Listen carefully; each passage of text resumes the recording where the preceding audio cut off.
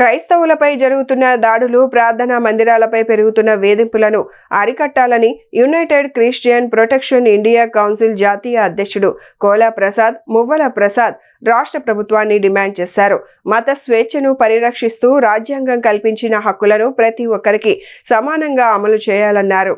ఈ మేరకు సంస్థ ప్రతినిధులు నోవాటెల్ హోటల్లో నిర్వహించిన మీడియా సమావేశంలో వారు మాట్లాడుతూ, ఆంధ్రప్రదేశ్ రాష్ట్రంలో ఇటీవల కాలంలో క్రైస్తవ సమాజంపై జరుగుతున్న దాడులు, చర్చిలపై దుష్ప్రచారాలు, ప్రార్థనా కార్యక్రమాలకు ఆటంకాలు కల్పించడం, పాస్టర్లను బెదిరించడం వంటి ఘటనలు పెరుగుతున్నాయని ఆరోపించారు. భారత రాజ్యాంగం ప్రతి పౌరుడికి తన మతాన్ని స్వేచ్ఛగా ఆచరించే హక్కును కల్పించిందని, ఆ హక్కులను కాపాడడం ప్రభుత్వ ప్రాథమిక బాధ్యత అని స్పష్టం చేశారు. అలాగే చర్చిలపై దాడులకు పాల్పడుతున్న వ్యక్తులను వెంటనే గుర్తించి చట్టపరమైన చర్యలు చేపట్టాలని, బాధితులకు న్యాయం జరిగేలా ప్రభుత్వం ప్రత్యేక దృష్టి సారించాలని వారు కోరారు.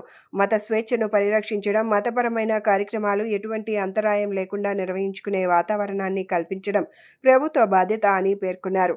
క్రైస్తవ సమాజానికి భరోసా కల్పిస్తూ తక్షణ చర్యలు తీసుకోవాలని రాష్ట్ర ప్రభుత్వాన్ని విజ్ఞప్తి చేశారు.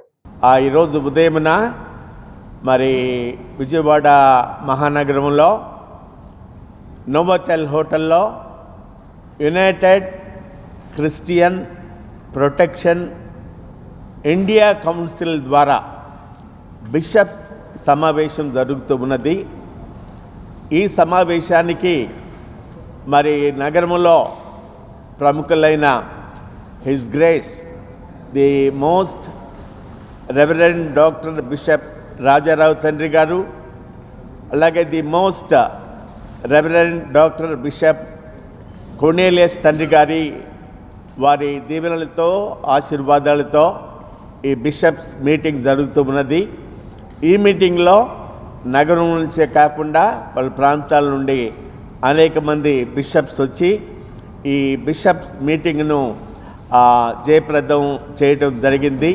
ఈరోజు విజయవాడ నగరంలో ప్రత్యేకించి ఆంధ్రప్రదేశ్లో అలాగే భారతదేశంలో క్రైస్తవుల మీద జరుగుతున్న దాడుల విషయమై మేము ఇక్కడ దాడుల విషయమై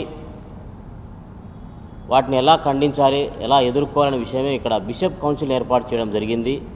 ప్రత్యేకంగా ఆంధ్రప్రదేశ్ ప్రాంతంలో ప్రార్థనా సమావేశాల మీద అయితేనేమి, చర్చీల మీద అయితేనేమి, దైవజనుల మీద అయితేనేమి చాలా దారుణాలు జరుగుతూ ఉన్నాయి. వాటన్నిటినీ ఎదుర్కోవడానికి ప్రభుత్వం వారు ఒక ప్రత్యేకమైన చట్టం క్రైస్తవుల కొరకు తేవాలన్నది మా ప్రధానమైన డిమాండ్. భారతదేశంలో చాలామంది చాలా శాఖలకి ఆయా భద్రత విషయంలో రక్షణ చట్టాలు ఉన్నాయి. క్రైస్తవులకు భద్రత విషయంలో రక్షణ చట్టం కొత్తగా ఒకటి తీసుకురావాలని, భారతదేశంలో ఏ క్రైస్తవుల మీద దాడి జరగకుండా ప్రభుత్వాలు కఠినమైన నిర్ణయాలు, కఠినమైన చర్యలు తీసుకోవాలని, మత సామరస్యానికి నిలయమైన మన ఆంధ్రప్రదేశ్లో కొంతమంది మత స్వేచ్ఛను హరించడము. భారతదేశం మన రాజ్యాంగ నిర్మాతలలో అధ్యక్షత వహించినటువంటి డాక్టర్ బాబా సాహెబ్ అంబేద్కర్ గారు ఒక ఇండియన్ కాన్స్టిట్యూషన్లో భారతదేశం అంటే ఏంటి అనేటువంటి ఒక మాట పెడతారు. లౌకిక ప్రజాస్వామ్యం ఉంది, ఫెడరల్ డెమోక్రసీ. ఈ లౌకిక ప్రజాస్వామ్యం అంటే ఎక్కడైనా ఎవరైనా ఏ మతమైనను వాళ్ళు స్వీకరించవచ్చు, దాని ధర్మాన్ని పాటించవచ్చు. ఇది మ్యాండేటరీగా భారతదేశంలో ఉన్నటువంటి ప్రతి పౌరునికి వర్తించేటువంటి కాన్స్టిట్యూషనల్ రైట్. కానీ ఇప్పుడు ఏం జరుగుతుందంటే క్రైస్తవుల మీద ఒక విధంగా కావాలన్న ఉద్దేశంతో దాడులు, హింసలు చేస్తున్నారు. మీలో చాలామందికి తెలియకపోవచ్చు, 1955వ సంవత్సరం భారతదేశానికి క్రైస్తవత్వం వచ్చింది.